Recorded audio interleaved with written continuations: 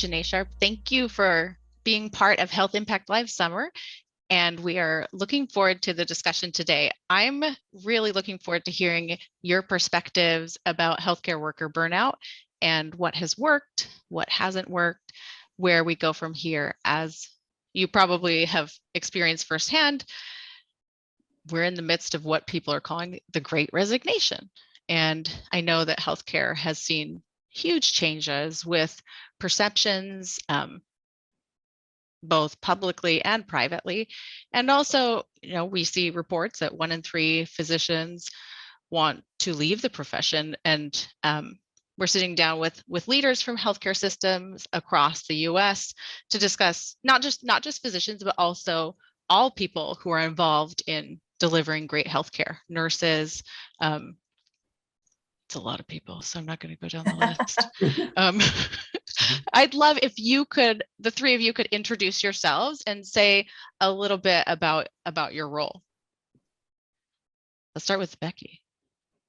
Hi, I'm Becky Fox. I'm the Chief Nursing Informatics Officer at Atrium Health. So really focused on how we use technology in the hands of all of our clinicians. And I'm really excited to be here today because we have technology in every aspect of corner of healthcare, it seems. And so we know that sometimes that can be overwhelming. It can be a burden, but we also know that it's an opportunity to really improve the lives of our workforce and make it a better experience. So I'm really excited to be with my colleagues here today to talk about how that can really make an impact and really be a complement to some other programs to make a difference to our workforce. Yes, I love that. Would you prefer that I call you Becky or something else? Or yeah, okay. All right. Works too. So hey, that's great. Hey guys, I say guys too much. All right. Is it Dr. Badlani? Yep. Thank you, Janae. I prefer Samir, and my preferred pronouns are he and his. So yes, as you noted, I'm a physician by background. I serve as the Chief Digital Officer for mHealth Fairview. I have the privilege of working in a very interesting space where we combine strategy, digital transformation, and a laser-like focus on the consumer and employee experience to turn that into delivering excellent care, high quality, very safe, and awesome operations, and then also remain competitive in our market. So that's what I focus on. And I just want to note, I appreciate you saying wellness and burnout are not just about physicians. It involves nurses, technologists, finance, pharmacists. So my recommendation is we use the term healthcare worker. So that's inclusive of everybody who contributes to a really good healthcare experience when people need us. I love that because we need everyone. I might slip up. Yeah, that's okay. All right. Is it Judd Hollander? Okay. I'm just reading what the names are. Okay. So if you have 8 titles that I've missed, that's my fault. Okay. So I'm Judd Hollander. You read very well, as that's what I wrote. And I'm happy to just go by Judd. I am the Senior Vice President for Healthcare Delivery Innovation at Jefferson Health, Thomas Jefferson University. It is one of the best titles in the world because no one's entirely sure what it is that I do. I'm an emergency physician by training. I don't generally do a lot of emergency medicine anymore, but I run the telemedicine program, Jeff Connect, and the urgent care centers and a bunch of our innovative activities. And I still do see patients.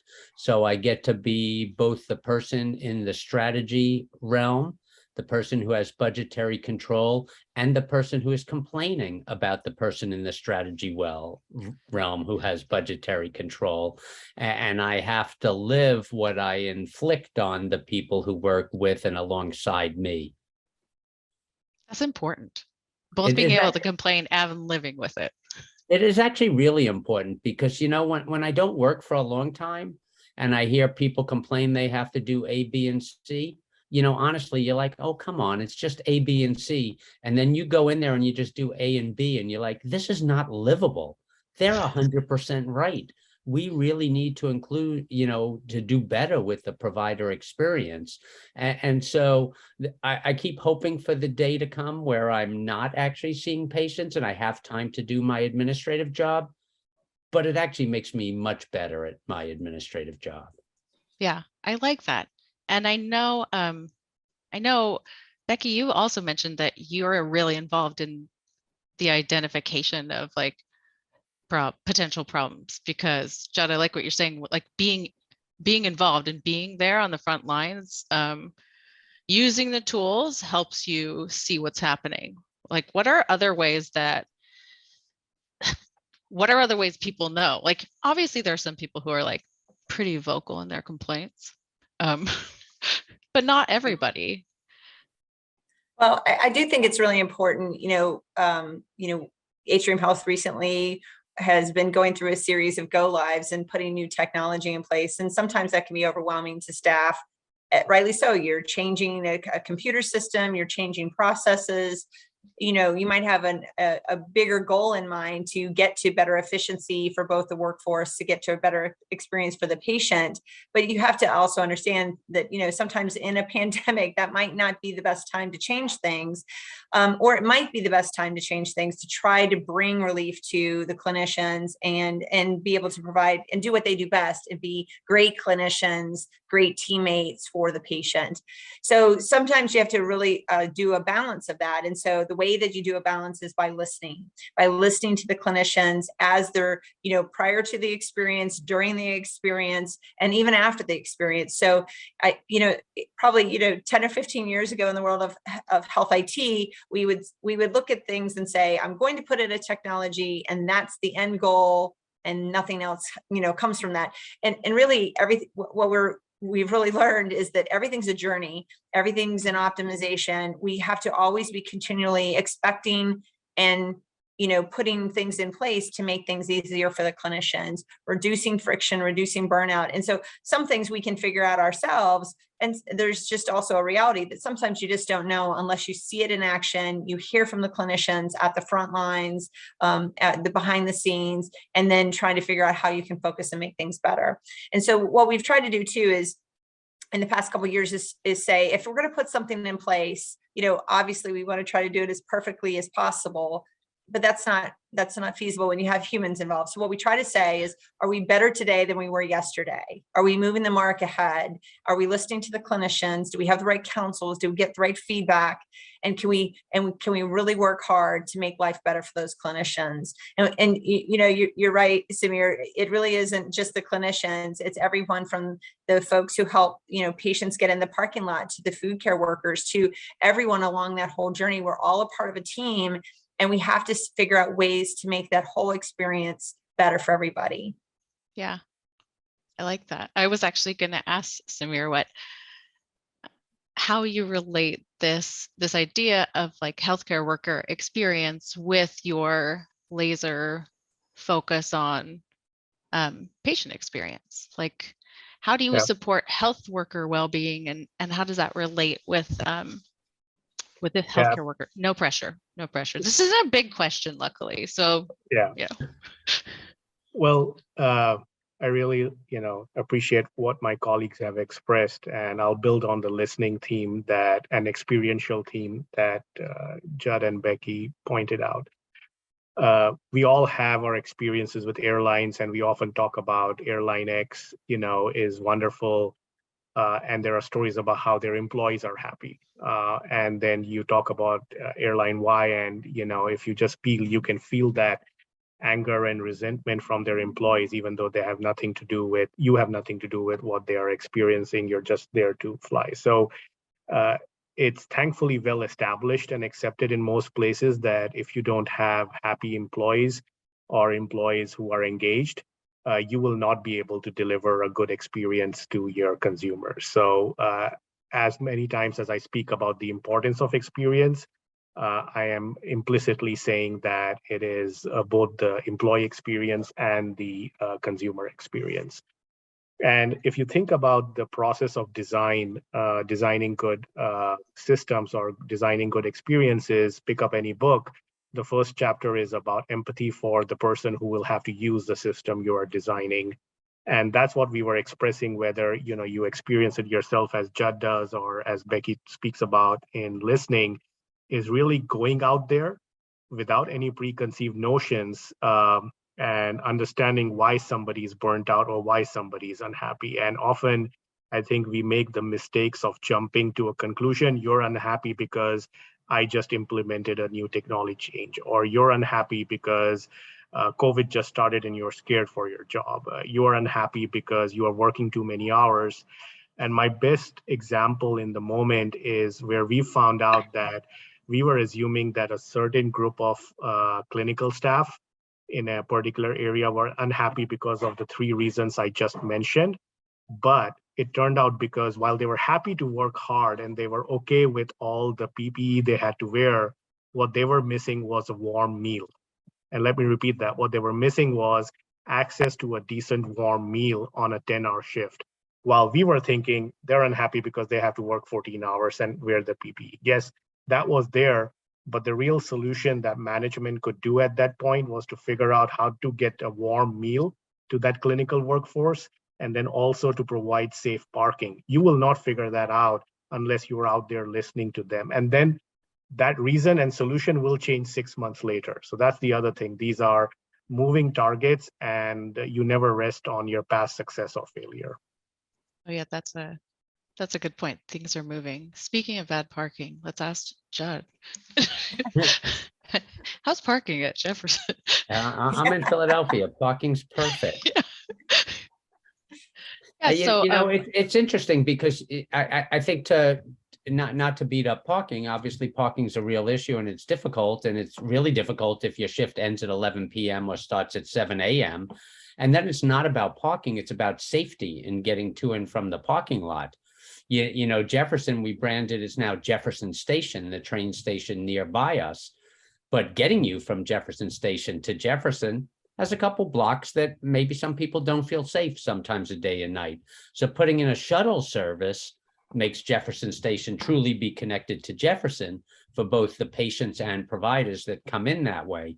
And so I think that little things are critical, and people don't understand enough that little things are critical.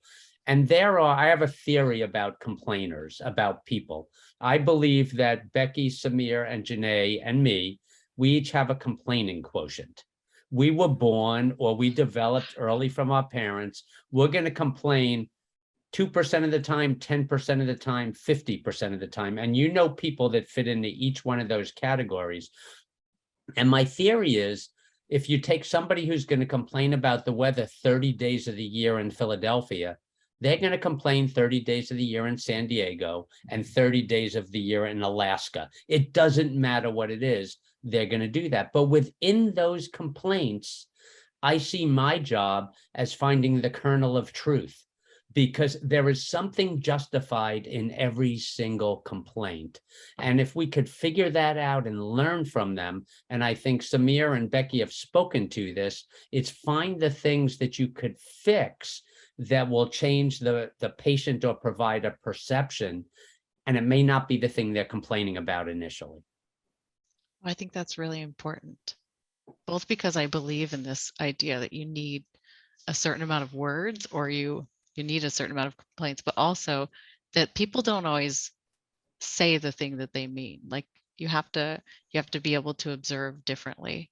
It also makes me think about, you're mentioning Philadelphia, and I wonder how things like being in an unsafe area, or a lot of the times now where people are talking about discrimination or health inequity, how do those impact, or a lack of diversity even, how do those impact leadership, and how do they impact job satisfaction? Have I had Becky start? It's your turn to start. Yeah, I can start. So I think it's really important, and probably it feels that, you know, especially during the pandemic, that we've just had this heightened awareness, because every industry has been impacted by, whether it's the Great Resignation, burnout, you know. So I talk to other friends that work in the travel industry. I mean, I'm sure that people that are, you know, having to announce that 700 flights have been canceled are not having the best day either, you know. So, and probably not having the best experience in dealing with customers. So I do think that there's this heightened awareness to make sure, how are we listening, who is helping us to lead through different change, and therefore you have to have diversity to help lead through the change and get through the change and understand what needs to happen to meet everybody's needs. I think also the thing that we've learned, I know within our organization, and when I talk to colleagues in other areas of healthcare throughout the United States, is that, we have to be reminded that we bring our whole selves to work anytime. So that means, I have 3 children, so when I come to work, I'm still having to manage either kids at home, or maybe they were not at home, they're at home because school was shut down. And so that impacted our lives. And then of course, being the healthcare person, someone out of a family. So really having to understand what those other challenges that now impact us, that 5 years ago may not have been such a burden. And so really trying to understand that. And you can't do that unless you have good diversity around the table to talk about the real issues, try to figure out what's going to be a solution. And then, as Samir said, you have to understand that whatever you figure out today is great. And maybe you'll solve that problem today, but it doesn't mean it's going to solve the problem in 2 months. And that you have to continually have these conversations and continually have an entire network that's listening and helping the organization somewhat move. I think, maybe it was Judd who said, this is really about a wave of change that will continue. It's somewhat like the ocean, where sometimes we have big swells, sometimes we have smaller swells. And we have to understand that it is a continual journey. And then the last thing I'll tell you too, or mention, is about, diversity is important to have at the table, to listen within your organization, but you also need to listen across the organizations. So if Jefferson comes up with a great program for safety, every organization has safety as one of their top things that healthcare workers are voicing the concerns about. So I'm listening astutely to what they're doing so that I can help move our organization in a quicker way. So that's what I think that I would say is, diversity is really important for us to understand, because we have a diverse workforce. So the leadership needs to reflect that and also be able to listen, gather information, and help make momentum. Samir, do you have comments on that? Like, what have you seen for job satisfaction and health inequities? So yeah, absolutely. Diversity is something we are very passionate about as an organization. As I shared, we are based out of Minnesota, and Minneapolis is where the George Floyd murder happened. So that was a wake-up call for many of us in leadership to say, there is systemic racism in our community, in the country, and by default in our organization as well. We can't claim that as an organization somehow we're fine. It's everybody else around us. So step one was to accept this is a problem. And I'm very proud to say that we decided as a leadership group, we wouldn't be, like any organization in any place who would write nice emails and go back to what we are doing. So we took some concrete steps from, assigning executive roles, not just to well-being, but to DEI efforts as well. We, have a board committee that is keeping us honest and making sure it's part of our strategy. And then every leader went through an exercise where we understood our own awareness and understanding about DEI and what diversity means. And I'll share that was my biggest learning, is that diversity is not about ethnic variations. It's not about, difference in economic status. Becky gave a great example, a mother of 3 versus a single mom versus a single person, all face very different things. And I see that every time we talk about, hey, should we come back to the office or continue with as much remote as possible? And the needs of every person are different. And then you have people who are taking care of aging parents. And, how do you think about that as an example? LGBTQ plus is another variable that we are educating ourselves to think about, and the needs of that group. I proudly represent the veterans community of employees in my organization through the Veteran ERG. So it just is constant desire to be educated that what you experience or what you perceive somebody else experiencing is only a portion of the truth. So how do you think about that differently? People want to see representation. And I think that's what you were getting at, is how does the leadership, our actions speak there? So, there's a whole line of thinking around pipeline, promotion, support. And one thing that somebody shared with me is people don't necessarily only need mentorship to grow when you are diverse, of a diverse background. They need sponsorship. And that's what I'm trying to bring in my day-to-day action is how am I sponsoring different diverse folks in my organization. And the goal is not that every one of them should become a vice president and hopefully one of them takes over my role. The hope is that they get to their best possible professional self. And how am I making sure they have the sponsorship to go through various aspects of a professional journey? I like that. You need someone who believes in you and who will amplify your work, no matter what level you're at. And really lift them up. I mean, that's the key about mentorship and sponsorship of how do you bring them along? How do you support them? How do you, not just tell them how to go do things, but really you have to bring them along, support them and lift them up and then you take the sideline. That's what you're trying to do really in sponsorship. So right. it's a great experience if you can be a part of that or give that back to others. It's a really a unique experience. Yeah, I think it's also important to remember people don't like doing things they're bad at. So some people. So it's important to have someone who will take you on that work journey and also work on making things better. Judd, I don't know if you had any experiences with like the impact of discrimination or lack of diversity or, good or bad. Well, I think I'm only going to add two things to the comments that were said because I think Becky and Samir, they had all the wisdom. So I'm just going to put a little color commentary around it. One is it's not about doing online modules. It's about changing the culture. And too many places it's about, oh, I did a module in implicit bias, or I did a module in this. Those modules might be important as a foundational thing across an enterprise because you can know somebody's paying attention, but they are not addressing the problem. The problem is only going to be addressed by a change in the culture. And I think the dirty little word, and this is a little bit controversial, is it's about opportunity, but not for everybody. It's about opportunity for people that will produce. And we talk about it often where we're talking, whether it be, somebody's gender identity or their color or, whatever it is. And we have to find the right people across a diverse spectrum who we can sponsor, because Becky doesn't have all the time in the world and Samir doesn't have all the time in the world.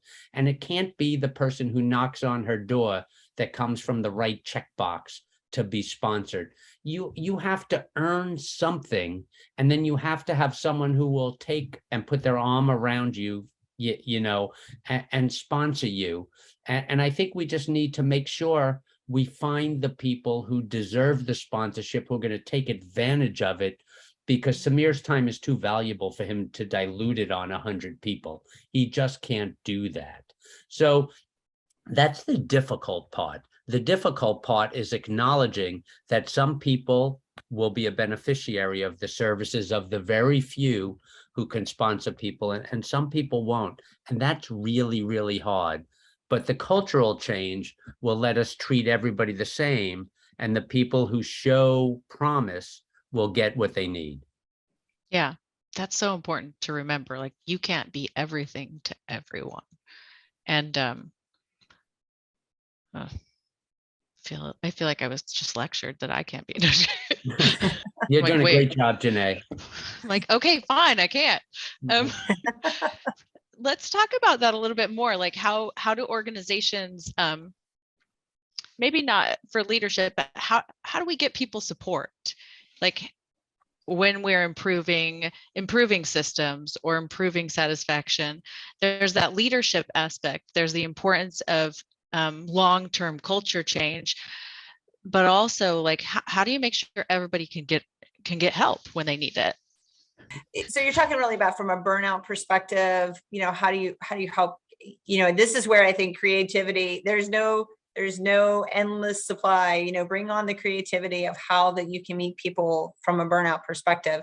So, at Atrium Health, we've done everything from putting what we call as a code lavender, and our spiritual care leaders kind of developed this program where, on the unit, anyone could call a code lavender. So just like a, code Armstrong, or, a code blue where we'd resuscitate a patient, code lavender is where we recognize that, hey, there's a stressful situation going on, or the teammates are stressed, and that we need to bring support to them. So sometimes that's creating a code lavender room where we have things to help people meditate and center and step away and take a break from the stresses that they're facing. Sometimes it means bringing people to those locations and really kind of, not one size fits all. We have multiple facilities and locations. Some units have an extra room, some don't. And so really trying to be creative in how you can meet people where they are, whether that's having a support line where someone can pick up the phone and talk to somebody. Again, there's just a variety of different ways that we've said we've got to give tools to our clinicians and be creative in how we do it, because it's not a one size fits all. If everyone doesn't experience stress in the same way, so we need to give a variety of different options and how we can help meet them. And then again, recognize that we're never going to, and it's not like Judd and I are going to turn around and say, like, well, we fixed that whole burnout thing, let's move on to the next item next year. You're always going to be striving to do better in that space.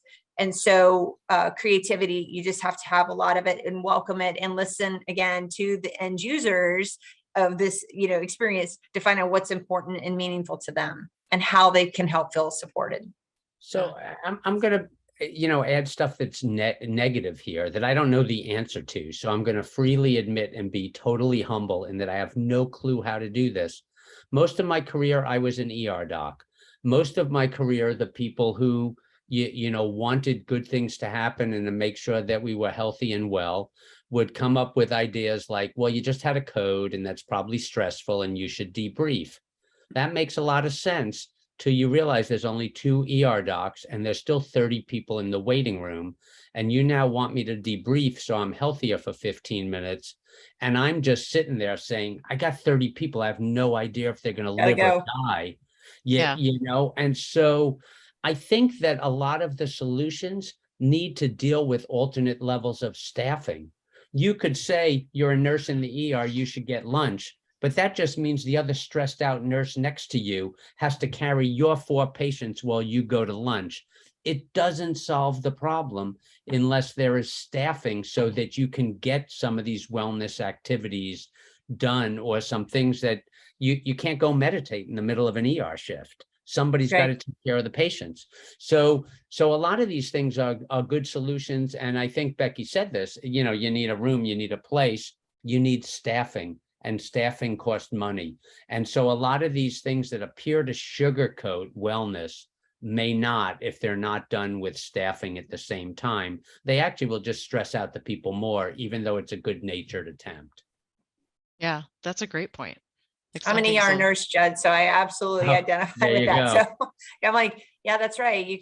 You're not lucky if you get lunch that day, which is not the way that we want anyone to go to work, right? We don't want that experience. So you're absolutely right. The nursing shortage in particular is not going away. We're going to suffer, the outcome of this resignation period that we've had. And so we are going to have to be creative on how do we backfill? How do we get additional support measures? And of course, from my perspective as a CNIO is we've got to use technology. We need video. We need a teleconference, televideo. Right. We need these other tools to say, hey, I do need to step away for 5 minutes, but this nurse on a video screen is going to talk to you about your newly diagnosed diabetes or what's going to happen when you go to the cath lab. So we do need to figure out this other technology pieces to help us so that we can say, okay, this nurse is going to step away and or the physician, and yet we still have other supportive tools to help them.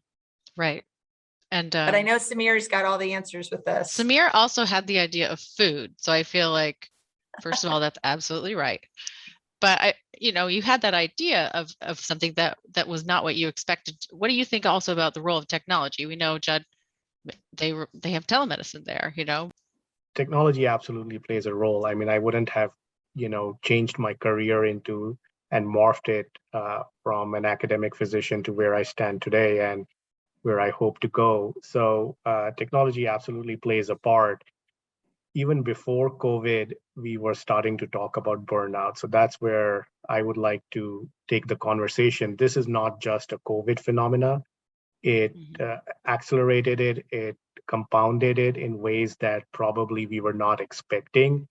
But the burnout for healthcare workers, different for different lines of work, already existed. And it was compounded by deploying technology for the sake of technology and not spending enough time architecting it, designing it, and improving it. So, I was in a conversation earlier today with one of my colleagues from Southern New Jersey, Tarun Kapoor, who has a similar role. And he expressed we have to get away from the project mindset to the product mindset. And the job of a product is never done. You have Tide, you have the new Tide, you have the fresh white Tide, and so on. He had a funny, line around how they keep coming up with new versions. That's how we have to think of it. You implemented Epic, that's just the starting point. It's not the end point. You implemented telehealth, that's just the starting point. You have to spend time getting it right and right. At the end of the day, I think, Judd, you said it, we can't be everything to everybody. We're not going to solve all problems. But what we have to absolutely be willing to carry the responsibility is showcasing to our colleagues and employees that we have the privilege of leading and representing is that we care. I care. That has to come through every day in every action. And it takes small things. It's not, doing massive changes or finding new budget. You have to show you care. The second thing is, how do you show evidence of listening and taking action? And the third thing I will say there is admit it when you are burnt out.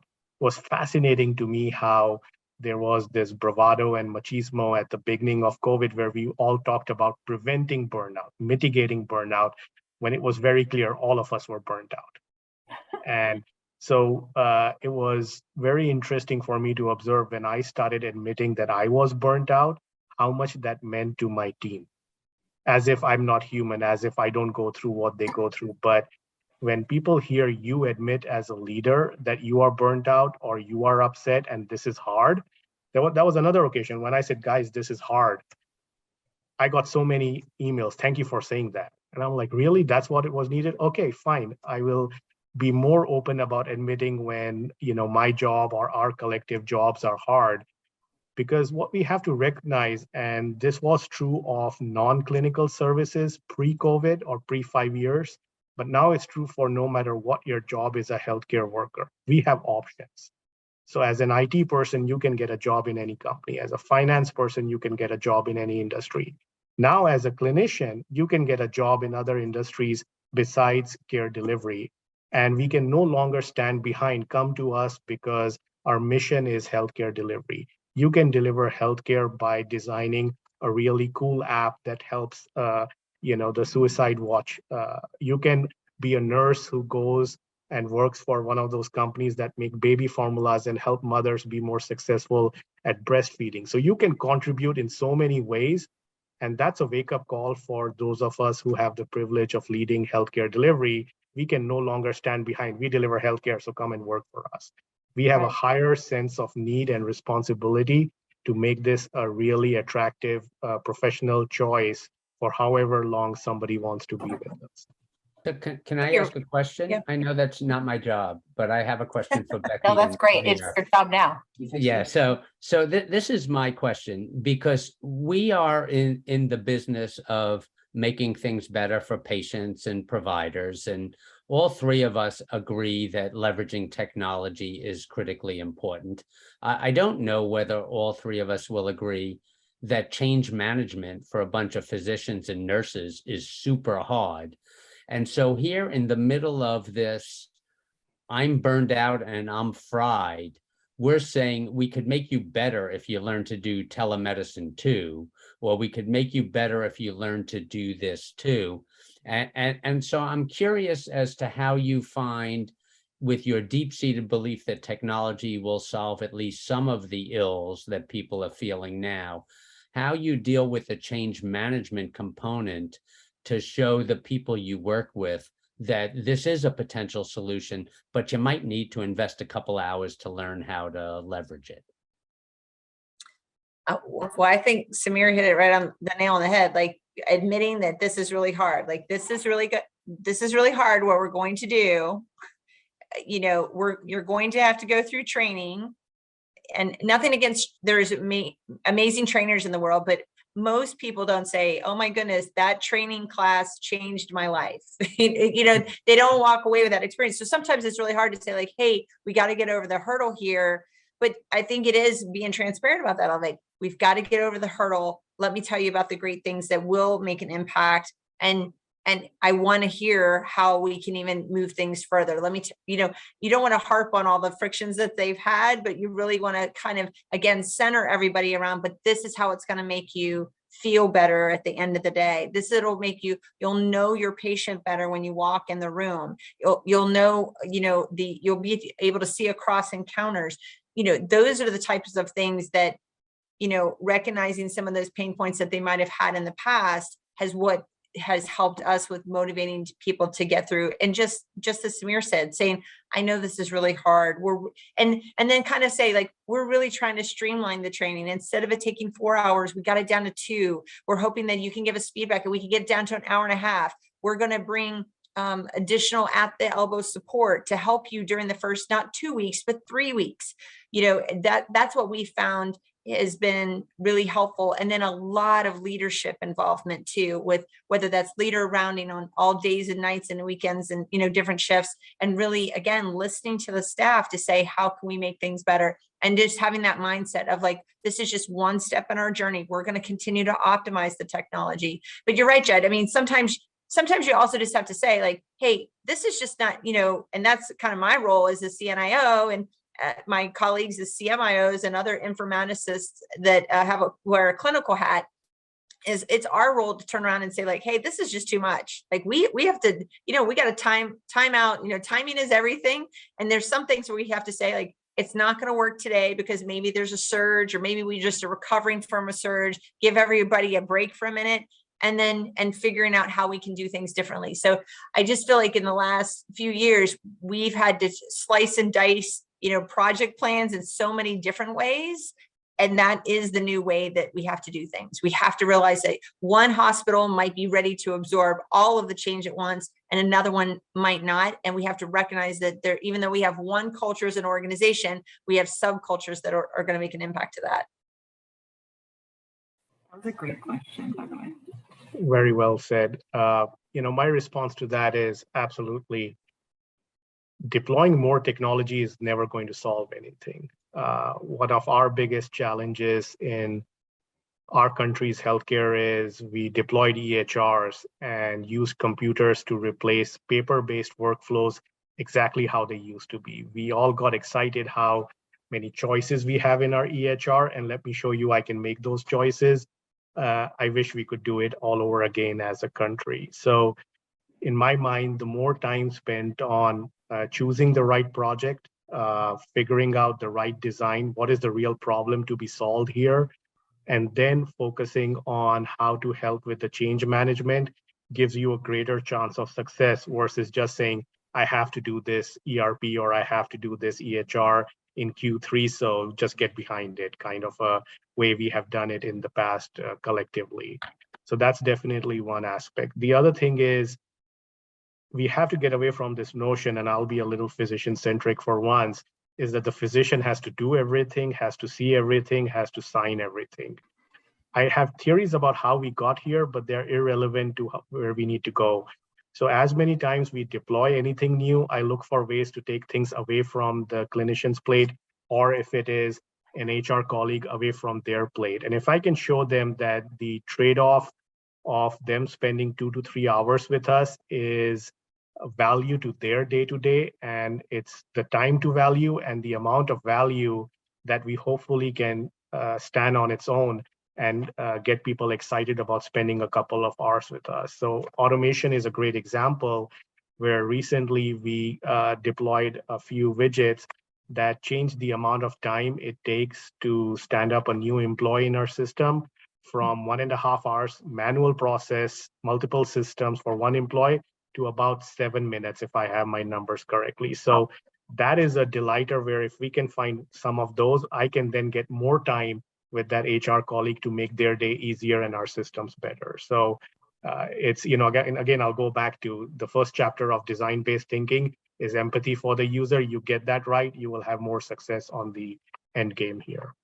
Yeah, and we are almost out of time, but I do want, Judd, if you could wrap up, like how do you decide which changes to make and how to help? I just try and stay focused on the patient. I think everybody who went into medicine should stay focused on the patient. And one of the things I did early in my career when I was working clinically, and Becky, you'll know this from your ER days. Every time you call somebody on the inpatient service, you're giving them work. They're not always happy to get work, right? And so everybody went into medicine to help patients, but at 3 a.m, it's not actually what they remember their priority was. And so in the most cynical of ways, when people were, not being cooperative and were really being obstinate, and it wasn't in the patient's best interest, I said to them, I have a question for you. Do you remember the essay you wrote to get into med school about how you wanted to help patients? Because if you have that on your phone and it said till midnight, I won't admit this patient to you. But if it said your goal is to help patients and that's the highest calling, then I'm helping you achieve your goal. Do you remember what you wrote in that essay, which almost immediately resulted in, well, that's not really fair, but I'll take the admission. It's just regrounding people. And I find that the thing that really allows people to be regrounded is knowing they're doing the right thing for the patient. But we have to be able to do that, as Becky and Samir said, with some empathy for what the provider is going through as well. Yes, I love that. That's a good close. Like, it's important to focus on the patient. I want to thank everyone for participating today, and we will have a live roundtable and be able to discuss more of this with everyone. If you didn't have enough at the end of the day, each day you can participate and talk about more of the, I feel like after this I have more questions, and I really want to thank all three of you for your perspectives and that focus both on the humanity of the patient and the people involved in giving patient care. Thank you. All right. Thanks, Jenny.